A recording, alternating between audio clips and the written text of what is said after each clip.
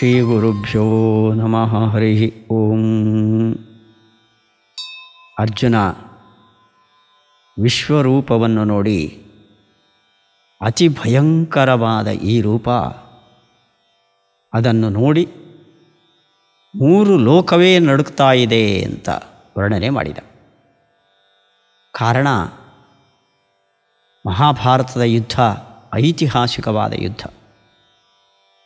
ಬಹಳ ಭೀಕರವಾದ 18 ಅಕ್ಷೋಹಿಣಿ ಸೇನೆ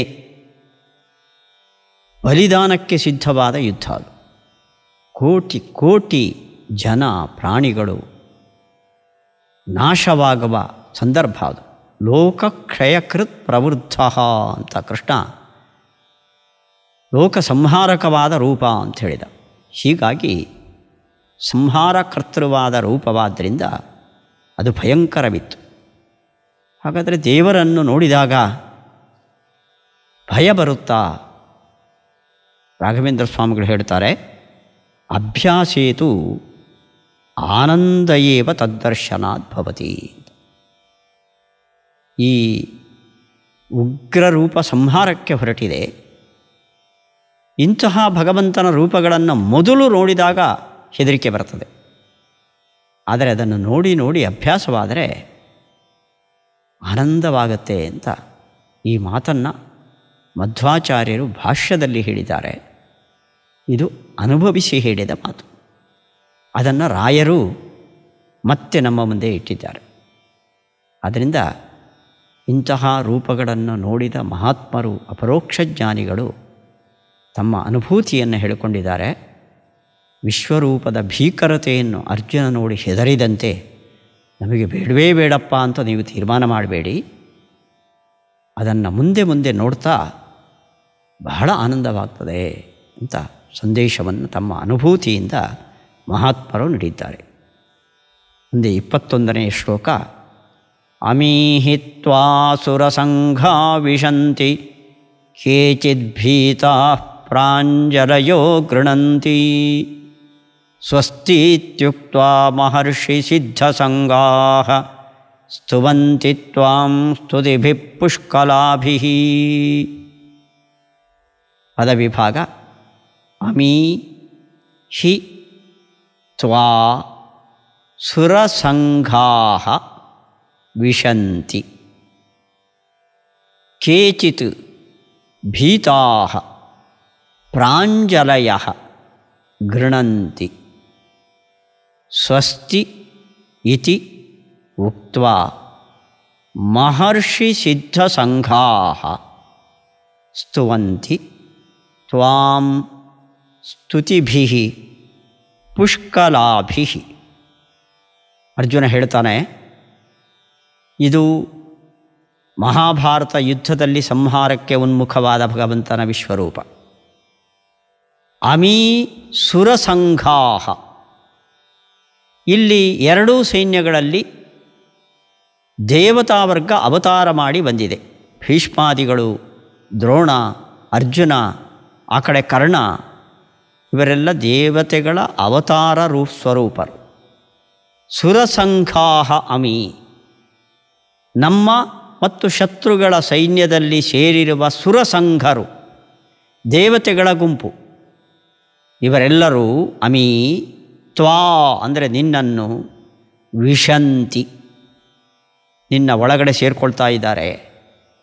ಅಂದರೆ ದೇವತೆಗಳಿಗೆ ನಾಶ ಅಂದರೆ ಭಗವಂತನಲ್ಲಿ ಪ್ರವೇಶ.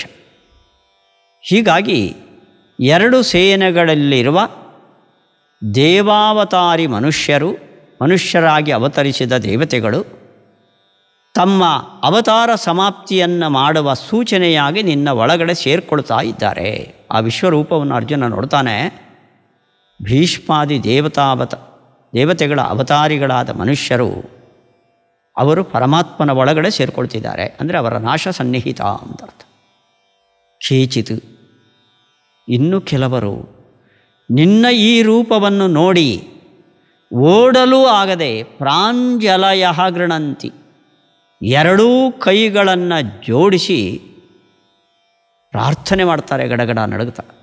ಕೇಚಿತ್ ಭೀತಾಃ ಇನ್ನು ಕೆಲವು ದೇವತೆಗಳು ಮನುಷ್ಯರು ಹೆದರಿದವರಾಗಿ ಎರಡು ಕೈಗಳನ್ನು ಜೋಡಿಸಿ ಪ್ರಾಂಜಲಯ ಗೃಣಂತಿ ನಿನ್ನನ್ನು ಸ್ತೋತ್ರ ಮಾಡ್ತಾ ಇದ್ದಾರೆ.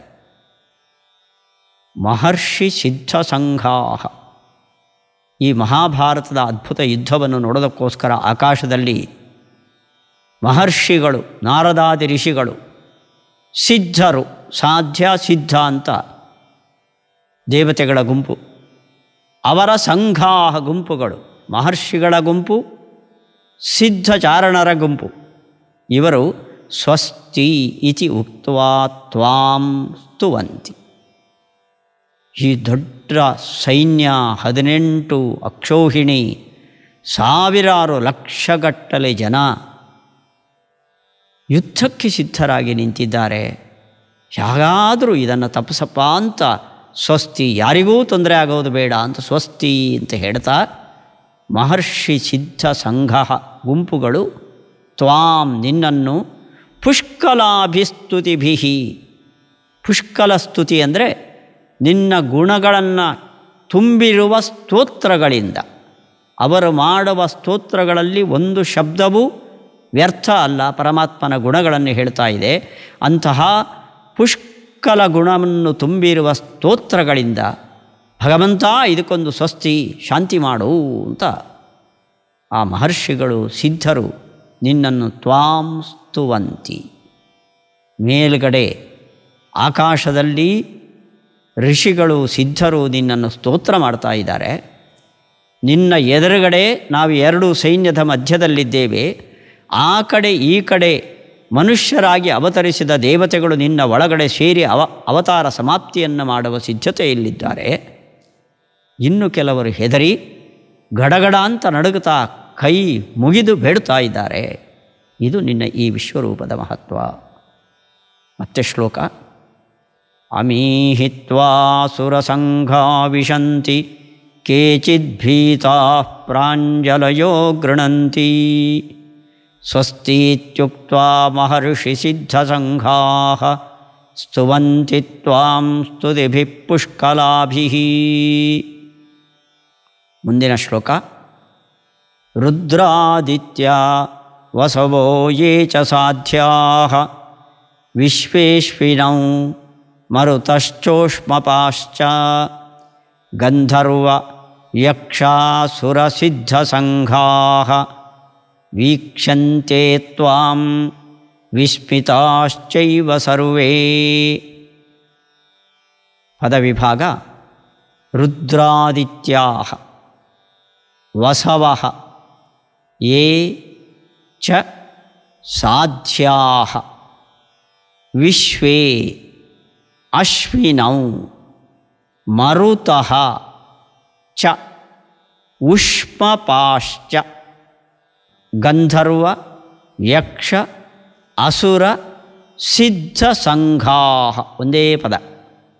ವೀಕ್ಷಂತೆ ತ್ವಾಂ ವಿಸ್ಮಿತಾಃ ಚ ಏವ ಸರ್ವೇ. ನಮ್ಮ ಜಾತಿ ದೇವಗಂಧರ್ವರು, ಹೀಗೆ ಎಷ್ಟು ಜಾತಿಗಳಿದೆಯೋ ಅಷ್ಟು ವೈವಿಧ್ಯವನ್ನು ಅರ್ಜುನ ಇಲ್ಲಿ ಉಲ್ಲೇಖ ಮಾಡ್ತಾನೆ. ಅವರ ಪ್ರತಿಕ್ರಿಯೆ ಏನು? ರುದ್ರಾದಿತ್ಯಾಃ, ರುದ್ರರು ಮತ್ತು ಆದಿತ್ಯರು. ಏಕಾದಶ ರುದ್ರರು, 11 ಮಂದಿ ರುದ್ರಗಣ. ಆದಿತ್ಯಾಃ 12 ಸೂರ್ಯಗಣ. ವಸವಃ ಅಷ್ಟವಸುಗಳು, 8 ಜನ ವಸುಗಳು. ವಸುರುದ್ರ ಆದಿತ್ಯ ಅಂತ ದೇವತೆಗಳ 3 ಗುಂಪು. ಏಚ ಸಾಧ್ಯಾಃ, ಇನ್ನು ನಮ್ಮ ಸಾಧನೆಗೆ ಅನುಕೂಲ ಮಾಡಿಕೊಡುವ ದೇವತೆಗಳ ಗುಂಪಿಗೆ ಸಾಧ್ಯರು ಅಂತ ಹೆಸರು. ಅವರು ವಿಶ್ವೇ ಅಂದರೆ ವಿಶ್ವೇ ದೇವತೆಗಳು. 2 ಸಮಾನ ನಾಮವುಳ್ಳ ಗುಂಪಿನ 5 ಗುಂಪುಗಳು, ಅವರು ವಿಶ್ವೇ ದೇವತೆಗಳು. ಅಶ್ವಿನೌ, ಅಶ್ವಿನಿ ದೇವತೆಗಳು, ದೇವತೆಗಳ ವೈದ್ಯರು. ಮರುತಃ, ಮರುದ್ದೇವತೆಗಳು, ದ್ವಿತೀಯ ಪುತ್ರರು, 49 ಜನ. ಉಷ್ಮಪಾಶ್ಚ, ಊಷ್ಮವನ್ನು ಕುಡಿಯುವವರು. ಊಷ್ಮ ಅಂದರೆ ಸೂರ್ಯನ ಕಿರಣ ವಿಶೇಷ. ವಿಧೂರ್ಧ್ವಭಾಗೇ ಪಿತರೋಪಸಂತಿ. ಚಂದ್ರನ ಮೇಲ್ಭಾಗದಲ್ಲಿರುವ ಪಿತೃಲೋಕದಲ್ಲಿರುವ ಪಿತೃಗಳು ನಾವು ಕೊಟ್ಟ ಪಿತೃಕಾರ್ಯದಲ್ಲಿ ನೀಡಿದ ಆಹಾರವನ್ನು ಸೂರ್ಯನ ಕಿರಣಗಳ ಮೂಲಕ, ಅದು ಊಷ್ಮ ಅಂತ ಅದರ ಬಾಷ್ಪರೂಪವಾದ ಒಂದು ಕಿರಣವನ್ನು ಅವರು ಕುಡಿತಾರೆ. ಅದು ಅವರಿಗೆ ಆಹಾರ. ನಮ್ಮ ಥರ ಪಾಂಚಭೌತಿಕ ದೇಹ, ಅವರು ಕೆ ಜಿ ತಿನ್ನೋದಿಲ್ಲ. ಅವರ ಸೂಕ್ಷ್ಮ ದೇಹ. ಅದಕ್ಕೆ ನಾವು ಕೊಟ್ಟ ಪಿತೃಕಾರ್ಯದಲ್ಲಿ ನೀಡಿದ ಆಹಾರದ ಸೂಕ್ಷ್ಮ ಭಾಗಗಳು ಸೂರ್ಯನ ಕಿರಣ ವಿಶೇಷ ರೂಪದಿಂದ ಅವರಿಗೆ ಆಹಾರವಾಗಿ ತಲುಪ್ತದೆ. ಆದ್ದರಿಂದ ಆ ಪಿತೃದೇವತೆಗಳಿಗೆ ಊಷ್ಮ ಪರು ಅಂತ ಅರ್ಥ. ಊಷ್ಮ ಅಂದರೆ ಸೂರ್ಯನ ಕಿರಣ, ಪ ಅಂದರೆ ಕುಡಿಯುವವರು. ಹೀಗೆ ಮೇಲ್ಗಡೆ ಇರುವ ಮರುದ್ದೇವತೆಗಳು, ಪಿತೃದೇವತೆಗಳು ಅಷ್ಟೇ ಅಲ್ಲ, ಗಂಧರ್ವರು ದೇವಗಾಯಕರು, ಯಕ್ಷ ದೇವತೆಗಳ ಸೇವಕರು, ಅಸುರ ದೇವತೆಗಳ ಸೇವಕರಾದ ಬಡಗಿ ಮತ್ತು ಅವರ ಭಾರವನ್ನು ಹೊರುವ ಪಲ್ಲಕ್ಕಿ ಹೊರುವವರು ಅಸುರರು, ಸಾತ್ವಿಕ ಅಸುರರಿದ್ದಾರೆ. ಗಂಧರ್ವ, ಯಕ್ಷ, ಅಸುರ, ಸಿದ್ಧ. ನಾವು ಮಾಡಿದ ಕರ್ಮಗಳು ಸಿದ್ಧಂ ನಿಮಗೆ ಫಲ ಬರ್ತದೆ ಅಂತ ಆಶ್ವಾಸನೆ ನೀಡುವ ದೇವತೆಗಳ ಗುಂಪು ಸಿದ್ಧರು. ಹೀಗೆ ಈ ಎಲ್ಲ ನಮ್ಮ ಭೌತಿಕ ದೃಷ್ಟಿಗೆ ಗೋಚರವಾಗದ ದೇವತಾ ಸಂಘಾಹ ಗುಂಪುಗಳು ತ್ವಾಂ ನಿನ್ನನ್ನು ಸರ್ವೇ ಎಲ್ಲರೂ ಕೂಡ ವಿಸ್ಮಿತಾಹ ಆಶ್ಚರ್ಯಚಕಿತರಾಗಿ ಅವರು ನಿನ್ನನ್ನೇ ನೋಡ್ತಾರೆ. ಆದರೆ ನಿನ್ನ ಈ ಉಗ್ರ ರೂಪವನ್ನು, ವಿಶ್ವ ಸಂಹಾರ ರೂಪವನ್ನು ಅವರು ನೋಡಲಿಲ್ಲ. ಹೀಗಾಗಿ ಆಶ್ಚರ್ಯಪಟ್ಟು ವೀಕ್ಷಂತೆ ಏವೈಕ್ಕದೆ ನೋಡ್ತಾ ಇದ್ದಾರೆ ಕೃಷ್ಣ ನಿನ್ನ ಈ ವಿಶ್ವರೂಪವನ್ನು. ರುದ್ರಾದಿತ್ಯಾ ವಸವೋ ಯೇ ಚ ಸಾಧ್ಯಾಃ ವಿಶ್ವೇಶ್ವಿನೋ ಮರುತಶ್ಚೋಷ್ಮಪಾಶ್ಚ ಗಂಧರ್ವಯಕ್ಷಾಸುರಸಿದ್ಧಸಂಘಾಃ ವೀಕ್ಷಂತೆ ತ್ವಾಂ ವಿಸ್ಮಿತಾಶ್ಚೈವ ಸರ್ವೇ. ಮುಂದಿನ ಶ್ಲೋಕ. ರೂಪಂ ಮಹತ್ತೇ ಬಹುವಕ್ತ್ರನೇತ್ರಂ ಮಹಾಬಾಹೋ ಬಹುಬಾಹೂರುಪಾದಂ ಬಹೂದರಂ ಬಹುದಂಷ್ಟ್ರಾಕರಾಲಂ ದೃಷ್ಟ್ವಾ ಲೋಕಾಃ ಪ್ರವ್ಯಥಿತಾಸ್ತಥಾಹಂ. ಪದವಿಭಾಗ. ರೂಪಂ ಮಹತ್ ತೇ ಬಹುವಕ್ತ್ರನೇತ್ರಂ ಮಹಾಬಾಹೋ ಬಹುಬಾಹೂರುಪಾದಂ ಬಹೂದರಂ ಬಹುದಂಷ್ಟ್ರಾಕರಾಲಂ ದೃಷ್ಟ್ವಾ ಲೋಕಾಃ ಪ್ರವ್ಯಥಿತಾಃ ತಥಾ ಅಹಂ. ಮತ್ತೆ ಅದರ ಭೀಕರತೆಯನ್ನು ಅರ್ಜುನ ಹೇಳ್ತಾ ಇದ್ದಾನೆ. ಬಹುವಕ್ತ್ರ ನೇತ್ರಂ. ವಕ್ತ್ರ ಅಂದರೆ ಬಾಯಿ, ನೇತ್ರ ಅಂದರೆ ಕಣ್ಣು. ಅನೇಕ ಬಾಯಿ ಕಣ್ಣುಗಳಿಂದ ಕೂಡಿದ ತೇ ಮಹತ್ ರೂಪಂ, ನಿನ್ನ ಈ ಭಯಾನಕ ರೂಪವನ್ನು ಮಹಾಬಾಹೋ ಅಂತ ಕೃಷ್ಣನಿಗೆ ಮಹಾಬಾಹುಶಾಲಿಯೇ ಪರಾಕ್ರಮಿಯೇ ಅಂತ ಸಂಬೋಧನೆ ಮಾಡಿ, ಬಹುಬಾಹೂರುಪಾದಂ, ಅಲ್ಲಿ ವಕ್ತ್ರ ನೇತ್ರಗಳನ್ನು ಮುಖದಲ್ಲಿರೋದವನ್ನು ಬಾಯಿ ಮತ್ತು ಕಣ್ಣುಗಳ ಉಲ್ಲೇಖ ಮಾಡಿದ. ಇಲ್ಲಿ ಕಂಠದಿಂದ ಕೆಳಗಿನ ಭಾಗ ಬಾಹು ಊರು ಪಾದ. ಬಾಹು ಅಂದರೆ 2 ತೋಳುಗಳು, ಊರು ಅಂದರೆ 2 ತೊಡೆಗಳು, ಪಾದ ಅಂದರೆ 2 ಕಾಲುಗಳು. ಹೀಗೆ ಒಂದೊಂದಲ್ಲ ಬಹುಬಾಹು ಬಹು ಊರು ಬಹುಪಾದಂ, ಅನಂತ ರೂಪ ಅಲ್ಲಿ ಸೇರಿಕೊಂಡಿದೆ. ಆದ್ದರಿಂದ ಸಾವಿರಾರು ಬಾಹುಗಳು, ಸಾವಿರಾರು ತೊಡೆಗಳು, ಸಾವಿರಾರು ಪಾದಗಳುಳ್ಳ ತೇ ರೂಪಂ. ಬಹೂದರಂ, ಉದರ ಅಂದರೆ ಹೊಟ್ಟೆ. ಬಹು ಉದರಂ, ಒಂದೊಂದು ರೂಪಕ್ಕೂ ಒಂದೊಂದು ಹೊಟ್ಟೆ, ಅನಂತ ಹೊಟ್ಟೆಯ ಭಾಗ. ಬಹು ದಂಷ್ಟ್ರಾಕರಾಲಂ, ದಂಷ್ಟ್ರ ಅಂದರೆ 2 ಕೋರೆ ಹಲ್ಲುಗಳು. ಭಗವಂತರ ಸಂಹಾರ ರೂಪವಾದ್ದರಿಂದ ಸಂಹಾರಕವಾದ ಹಿಂಸ್ರ ಪ್ರಾಣಿಗಳಿಗೆ ಇರುವಂತೆ 2 ಕೋರೆ ಹಲ್ಲುಗಳು ಭಗವಂತನ ಒಂದೊಂದು ಬಾಯಿಯಲ್ಲೂ ಇದೆ. ಅನಂತ ಮುಖ ಇರೋದರಿಂದ ಬಹುದಂಷ್ಟ್ರ, ಅನೇಕ ಕೋರೆ ಹಲ್ಲುಗಳನ್ನು ಇಟ್ಟುಕೊಂಡಿರೋದರಿಂದ ಕರಾಲಂ, ಭಯಂಕರವಾಗಿದೆ. ಕೋರೆ ಹಲ್ಲಿನ ಹುಲಿ ಅಂತ ಬಾಯಿ ತೆಗೆದರೇ ನಮಗೆ ಹೆದರಿಕೆ ಬರುತ್ತದೆ. ಅಂಥದ್ರಲ್ಲಿ ಭಗವಂತನ ಅನಂತ ಬಾಯಿಗಳಲ್ಲಿ ಕೋರೆ ಹಲ್ಲು ತುಂಬಿ ಅಂತ ಅಂದರೆ ಎಷ್ಟು ಭಯಂಕರ ಆಗಿರ್ಬೋದು ಅಂಥೇಳಿ. ಹೀಗೆ ಬಹುದಂಷ್ಟ್ರಗಳಿಂದ ಕರಾಲಂ, ಭಯಾನಕವಾದ ತೇ ಮಹತ್ ರೂಪಂ, ನಿನ್ನ ಈ ಮಹಾದಿವ್ಯ ರೂಪವನ್ನು ದೃಷ್ಟ್ವಾ ನೋಡಿ, ಲೋಕಾಹ ಜನರೆಲ್ಲ ಪ್ರವ್ಯಥಿತಾಹ ಅಂದರೆ ಭಯಕ್ಕೆ ಬಿದ್ದಿದ್ದಾರೆ, ವ್ಯಥೆಗೊಂಡಿದ್ದಾರೆ.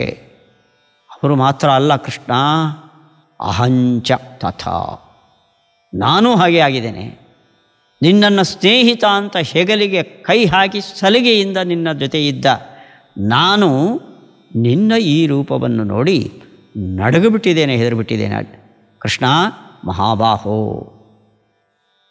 ಮತ್ತೆ ಶ್ಲೋಕ, ರೂಪಂ ಮಹತ್ತೇ ಬಹುವಕ್ತ್ರ ನೇತ್ರಂ ಮಹಾಬಾಹೋ ಬಹುಬಾಹೂರುಪಾದಂ ಬಹೂದರಂ ಬಹುದಂಷ್ಟ್ರಾಕರಾಲಂ ದೃಷ್ಟ್ವಾ ಲೋಕಾಃ ಪ್ರವ್ಯಥಿತಾಸ್ತಥಾಹಂ.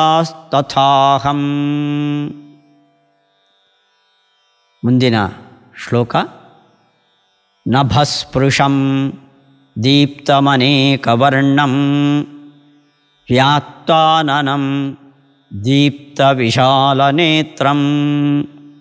ದೃಷ್ಟ್ವಾ ಹಿ ತ್ವಾಂ ಪ್ರವ್ಯಥಿತಾಂತರಾತ್ಮ ಧೃತಿಂ ನ ವಿಂದಾಮಿ ಶಮಂಚ ವಿಷ್ಣೋ.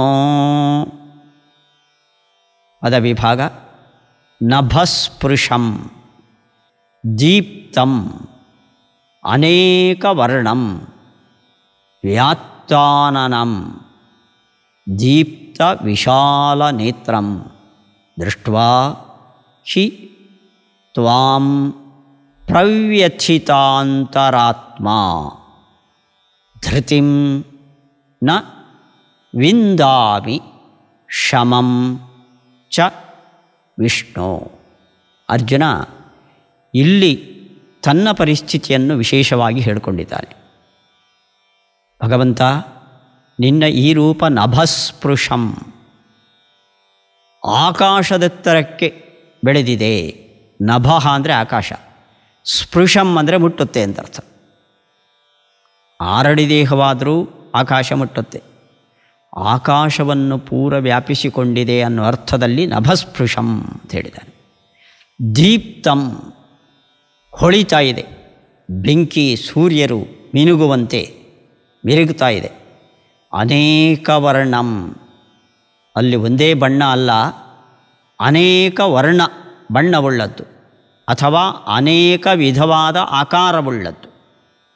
ವ್ಯಾತ್ತಾನನಂ, ಆ ವಿಶ್ವರೂಪದಲ್ಲಿ ಎಷ್ಟೆಷ್ಟು ಬಾಯಿಗಳಿದೆಯೋ ಭಗವಂತನದು ಅವೆಲ್ಲವೂ ತೆರೆದುಕೊಂಡಿದೆ. ವ್ಯಾತ್ತ ಅಂದರೆ ವಿ ಆತ್ತ, ತೆರೆದ ಆನನಂ, ಬಾಯಿ ಉಳ್ಳದ್ದು. ದೀಪ್ತ ವಿಶಾಲ ನೇತ್ರಂ, ನೇತ್ರ ಅಂದರೆ ಕಣ್ಣು, ವಿಶಾಲ ನೇತ್ರಂ ನೀಳವಾದ ಕಣ್ಣು, ಅದು ದೀಪ್ತ, ಫಳ ಫಳ ಅಂತ ಹೊಳಿತಾ ಇದೆ. ಇಂತಹ ನಿನ್ನ ವಿಶ್ವರೂಪವನ್ನು, ನಿನ್ನನ್ನು ತ್ವಾಂ ದೃಷ್ಟ, ಇಂಥ ವಿಶ್ವರೂಪದ ನಿನ್ನನ್ನು ನೋಡಿ ಪ್ರವ್ಯಥಿತ ಅಂತರ ಆತ್ಮ ಅಂದರೆ ಬೆದರಿದ ಮನಸ್ಸುಳ್ಳ, ಅಂತರಾತ್ಮ ಅಂದರೆ ಮನಸ್ಸು, ಬೆದರಿದ ಮನಸ್ಸುಳ್ಳ ನಾನು ಧೃತಿಂ ಅಂದರೆ ಧೈರ್ಯವನ್ನು ನವಿಂದಾಮಿ ಹೊಂದುತ್ತಾ ಇಲ್ಲ. ಶಮಂಚ ನವಿಂದಾಮಿ, ನನಗೆ ಸುಖವೂ ಇಲ್ಲ. ಒಂದು ಕಡೆ ಹೆದರಿಕೆ ಆಗ್ತಾ ಇದೆ, ಇನ್ನೊಂದು ಕಡೆ ನನ್ನಲ್ಲಿ ಇದ್ದ ಶಾಂತಿ ಸುಖ ಎಲ್ಲ ಹೋಗಿಬಿಟ್ಟಿದೆ. ಹೀಗಾಗಿ ವಿಷ್ಣು ಭಗವಂತನೇ, ನಾನು ಧೈರ್ಯ ಕಳ್ಕೊಂಡಿದ್ದೇನೆ, ಸುಖ ಇಲ್ಲದಾಗಿದೆ, ಮನಸ್ಸು ಹೆದರುತ್ತಾ ಇದೆ ಅಂತ ಆ ವಿಶ್ವರೂಪದ ಕರಾಳತೆಯನ್ನು ಅರ್ಜುನ ನೋಡಿ ತನ್ನಲ್ಲಾಗುವ ಪರಿಣಾಮವನ್ನು ಹೇಳಿಕೊಂಡ ಕೃಷ್ಣನ ಮುಂದೆ. ಮತ್ತೆ ಶ್ಲೋಕ. ನಭಸ್ಪೃಶಂ ದೀಪ್ತಮನೇಕವರ್ಣಂ ವ್ಯಾತ್ತಾನನಂ ದೀಪ್ತವಿಶಾಲನೇತ್ರಂ ದೃಷ್ಟ್ವಾ ಹಿ ತ್ವಾಂ ಪ್ರವ್ಯಥಿತಾಂತರಾತ್ಮಾ ಧೃತಿಂ ನ ವಿಂದಾಮಿ ಶಮಂಚ ವಿಷ್ಣೋ.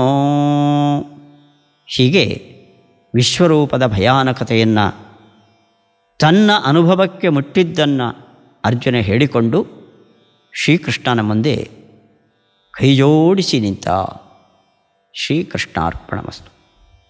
ಭಗವದ್ಗೀತೆಯ ಈ ಪ್ರವಚನದ ಸೇವೆಯನ್ನು ಶ್ರೀಮತಿ ಚೈತ್ರಾ ಚಂದ್ರಕಿರಣ್ ಮತ್ತು ದೈವಿಕ್ ಹಾಗೂ ವಿವಾನ್ ಇವರು ನಡೆಸಿಕೊಟ್ಟಿದ್ದಾರೆ. ಇಷ್ಟು ಜನ ಶ್ರೋತೃಗಳಿಗೆ ಗೀತೆಯ ಭಾವಾರ್ಥ ಮುಟ್ಟುವಂತೆ ಮಾಡಿದ ದೊಡ್ಡ ಸುಕೃತ ಈ ಭಕ್ತರಿಗೆ ಇದೆ. ಕೃಷ್ಣ ಅವರಿಗೆ ವಿಶೇಷವಾದ ಅನುಗ್ರಹ ಮಾಡಲಿ ಅಂತ ಪ್ರಾರ್ಥನೆ ಮಾಡು. ಶ್ರೀಕೃಷ್ಣಾರ್ಪಣ.